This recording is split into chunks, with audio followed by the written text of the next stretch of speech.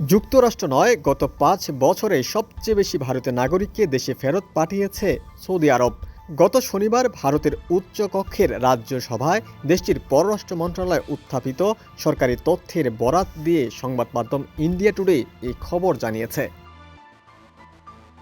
প্রতিবেদনে বলা হয়েছে, অবৈধ অভিবাসী তাড়ানোর নিরিখে গোটা বিশ্বে প্রচারের শিরোনামে উঠে আসে মার্কিন প্রেসিডেন্ট ডোনাল্ড ট্রাম্পের নাম। যদিও বাস্তব রিপোর্ট বলছে ভিন্ন কথা। ভারতের সরকারি তথ্য অনুযায়ী 2021 থেকে 2025 সময়কালে বিশ্বের সর্বোচ্চ ভারতীয় ফেরত পাঠানোর ঘটনা ঘটেছে সৌদি আরবে। রিয়াদে ভারতীয় দূতাবাসের তথ্য অনুযায়ী 2021 সালে 8,887 জন ভারতীয়কে ফেরত পাঠানো হয়েছে।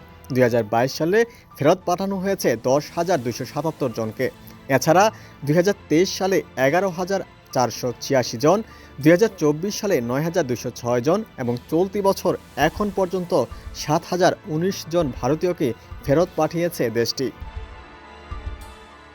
প্রতিবেদন অনুযায়ী উপসাগরীয় অঞ্চলে অভিবাসন সংক্রান্ত আইন ভঙ্গের ঘটনায় সবচেয়ে বেশি, বিশেষ করে ভিসার মেয়াদোত্তীর্ণ হয়ে যাওয়া এবং শ্রম আইন লঙ্ঘনের কারণে এসব ভারতীয়কে দেশে ফেরত পাঠানো হয়েছে বলে জানিয়েছেন কর্মকর্তারা।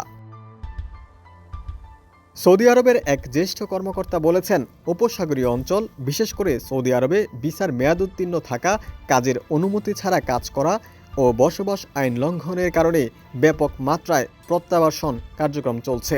এদিকে ওয়াশিংটনে অভিবাসন বিষয়ক বিতর্ক তীব্র হলেও যুক্তরাষ্ট্র থেকে ভারতীয় নাগরিকদের ফেরত পাঠানোর হার তুলনামূলকভাবে কম বলে জানিয়েছেন ভারতের পররাষ্ট্র মন্ত্রণালয়।